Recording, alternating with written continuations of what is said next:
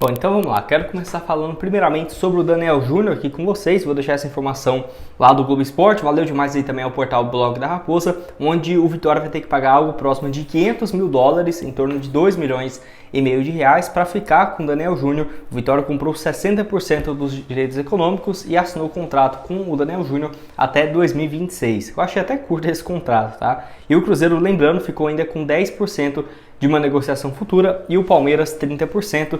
Se eu não estiver enganado, então o Palmeiras não vendeu nada, né, do seu percentual. O Daniel Júnior, que estava por último lá no futebol russo, jogou só 6 partidas por lá, se eu não estiver enganado, foi lá pro Vitória, então começou bem. O primeiro jogo dele na estreia da Vitória, né, contra o ABC por 3-1, ele entrou aí na reta final e deixou uma boa impressão. Acho um valor ok, vai, R$2,5 milhões de reais. Eu lembro que o Cruzeiro poderia ter perdido ele em 2022 pro Botafogo por um valor próximo disso, né, acho que 2, 3 milhões de reais, acabou que não saiu.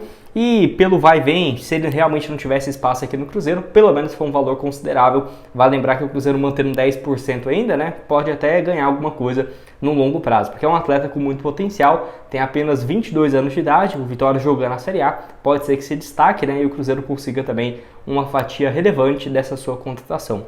Melhor ano dele pelo Cruzeiro, então, lá naquela Série B, naquele início de campeonato estadual e Série B, né, de 2022, onde assim, ele tinha um pouco mais de espaço com o Paulo Pesolano, muito diferente do que foi com o início de 2023, onde até a saída do Pesolano ele tinha espaço, né? Ele, pelo Cruzeiro de 2022, 38 partidas, 4 gols e 4 assistências, 2023, 10 jogos e 1 gol marcado, antes de ser emprestado, né, para o futebol russo, que lembrando, o Cruzeiro também ganhou uma compensação, né? Então, só antes de começarmos, aproveite aqui para deixar seu like, se inscrever no canal, que é muito importante, porque sempre quando eu posto um vídeo novo, você recebe as notificações aí na tela do seu celular. E assim, postamos em média 2 vídeos por dia, tá? Primeiro às 9h30 da manhã e o segundo por volta aí das 5 horas da tarde, todos os dias. Então, se você não receber a notificação, que às vezes o YouTube esquece de mandar, você vem aqui por volta desse horário, né? 9h30 e 5 horas da tarde, que sempre tem vídeo novo aqui para vocês. Bom, então quero deixar essa informação aqui primeiramente falando sobre reforços, né? Lá do Samuel Venâncio, que tá aqui, ó. Centroavante é um tema que até o final da janela pode render alguma coisa. O Cruzeiro tem a ideia de ter 3 opções para essa posição na temporada. Rafael Papagaio hoje é uma opção do elenco, mas o clube continua no mercado. E se encontrar um outro centroavante dentro da realidade do Cruzeiro, pode sim ter um avanço para uma negociação. Hoje não tem nenhuma negociação avançada com nenhum atleta, até mesmo na principal carência hoje do elenco, que é jogador de beirada. E o Cruzeiro vem fazendo contatos com vários atletas, mas ainda não tem nenhum avanço, né, significativo. É uma posição que o Cruzeiro quer muito nessa janela, que se encerra no dia 7 de março. Né? Então é o seguinte, Cruzeiro, então, se não contratar ninguém até 7 de março, acabou, Gustavo? Não, porque fecha a janela do campeonato estadual e abre depois em abril, né? Que aí fica uns 40, 45 dias fechados e depois no início da Série A fica mais uns 2 meses aberto. Então, vou deixar essa informação aqui também do Guilherme Alves, né?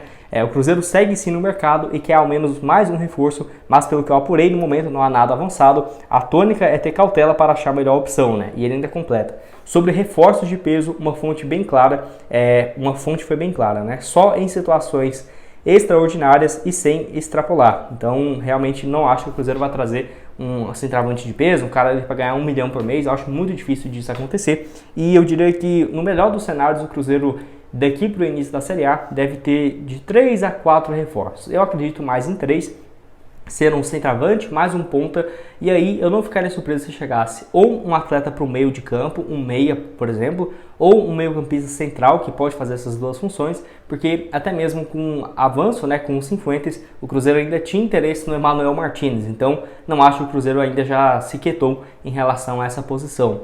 Meio ofensivo, não sei o que vai acontecer ainda, porque se o Cruzeiro traz outro ponta, eu acho que poderia sim ter um ataque, vamos colocar assim, né, o Gabriel Veron, o Arthur Gomes, o Dineno e o Matheus Pereira como meia, ao lado do Lucas Romero e, por exemplo, o Cifuentes ou o Lucas Silva, enfim, tanto faz. Eu acho que já ficaria um ataque interessante. Só que quando o Matheus Pereira cansar, quem que vai entrar no lugar dele, né? Ou ele vai sempre jogar os 90 minutos? Vai ter o reserva, o Matheus Vital? Vai entrar depois o Ian Lucas ou o Japa ou o Lucas Silva nessa função mais de criação? Então eu acho que o Cruzeiro precisa de mais um meia no mercado, que tem pouco falado, né? Porque o Matheus Pereira tem feito muito bem a parte dele. Mas enfim, o Cruzeiro então busca de um centroavante, que é o que eu vou focar aqui nesse vídeo. Tem algumas boas opções no mercado? Vou trazer aqui então alto. Outro aqui no vídeo é em relação ao Francisco, seria a pronúncia dele, Fidreski, quase isso, né? Mas é muito difícil esse sobrenome alemão. Seria como se fosse um Francisco David, que é um centroavante argentino de 30 anos de idade, que vem se destacando lá no Barcelona do Equador nessa última temporada, né? 35 jogos, 14 gols e 4 assistências. E assim, é um número que chama a atenção.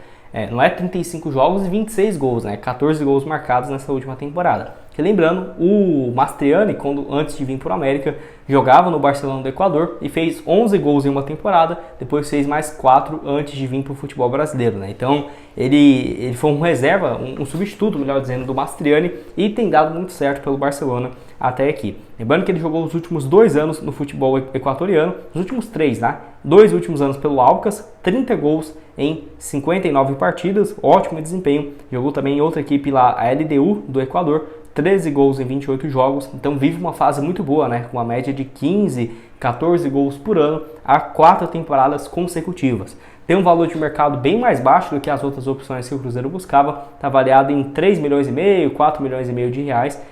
Não acho uma negociação muito difícil de acontecer, e características bem próximas do Mastriani, né? Que também o uruguaio não tinha dado muito certo em vários times no qual ele passou, e aí se encontrou no futebol equatoriano, lá no próprio Barcelona, e foi muito bem, assim também como o Francisco, né? Eu acho que pode ser uma alternativa bacana, não vi esse nome sendo especulado em nenhum time no Brasil, mas enfim, ficarei de olho aí no atleta. Tem características muito parecidas, vi alguns lances dele também que se destaca na altura, na boa finalização, 30 anos de idade, pode deixar aqui o que você tem a dizer aqui embaixo.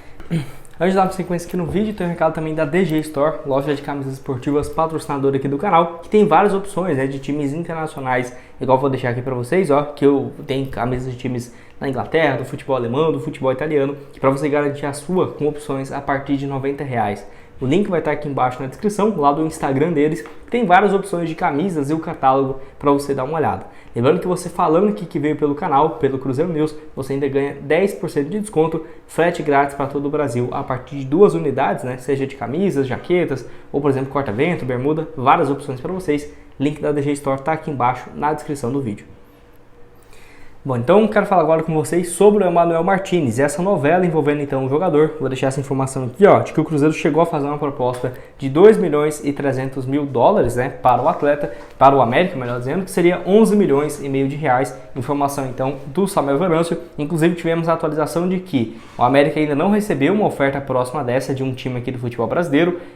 Vale lembrar então que o atleta, por exemplo, foi comprado por algo próximo de 5 milhões e 600, 6 milhões de reais em 2022 pelo América Mineiro, e teria um lucro bem interessante. Certamente esse valor seria para um percentual realmente bem próximo do que o Cruzeiro ganharia, né, se fosse realmente negociado com o Cruzeiro, quase o dobro do que o América teria investido inicialmente, com um percentual muito próximo daquele que tinha pago. Enfim, o Cruzeiro fez uma oferta boa, insistiu no Emmanuel Martinez desde o ano passado. Vocês vão lembrar que ele está sendo especulado no Cruzeiro desde dezembro, então tem muito tempo realmente que ele está sendo especulado na Raposa.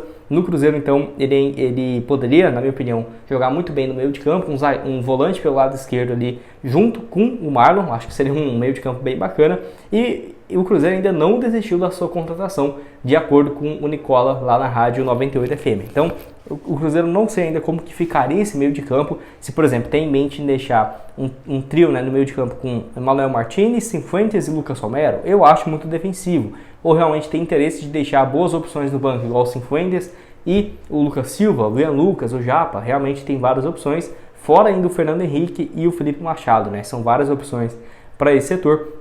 Não sei ao certo qual que é o plano do Cruzeiro. Vale lembrar que o Emmanuel Martinez já jogou numa função mais avançada no Barcelona e tudo mais. Ele jogava como um meia de construção, né? Ele marcava 8 gols, 7 assistências por temporada, estava indo muito bem. E no América se encontrou como um segundo volante, um atleta ali pelo lado esquerdo. Vou deixar aqui para vocês o mapa de movimentação. Pode jogar em toda a função, né? Se destacou mais pelo lado esquerdo, mas caía também na direita. Nota média lá no SofaScore 6.87. Na Série A, 35 partidas, 29 como titular, 1 gol e 5 assistências. Nesse ano ainda não jogou, né, com a camisa do América, tanto para evitar, se ele fosse vendido para um clube, né, o Atlético ou o Cruzeiro, dele já ter disputado uma partida no Campeonato Estadual e aí não poderia defender outro clube, ou por exemplo, realmente o atleta não tem interesse nenhum, né, de seguir no América para essa atual temporada, porque vai disputar a Série B e com certeza ele vive uma fase muito boa. Então não estou entendendo ainda o motivo do América, né? Que certamente, depois dessa boa proposta que o Cruzeiro fez, não deve estar querendo negociar o atleta com o Cruzeiro. Acho que deve esperar uma proposta nem que seja um pouco inferior a esses 2,3 milhões de alguma equipe da Arábia, da MLS ou até mesmo do futebol europeu, né? Por que não? Pode deixar a sua opinião aqui embaixo nos comentários. Tô curioso para saber, você acha que compensa o Cruzeiro insistir na sua contratação, mesmo que seja um valor mais alto, igual 3 milhões de dólares, 15 milhões de reais? Ou você acha que esse setor de meio de campo já está muito servido? Eu aceitaria tranquilamente o Emmanuel Martinez, mas eu tô achando bem difícil de sair algum negócio, pelo menos as informações que temos, né, na manhã dessa segunda-feira. Bom,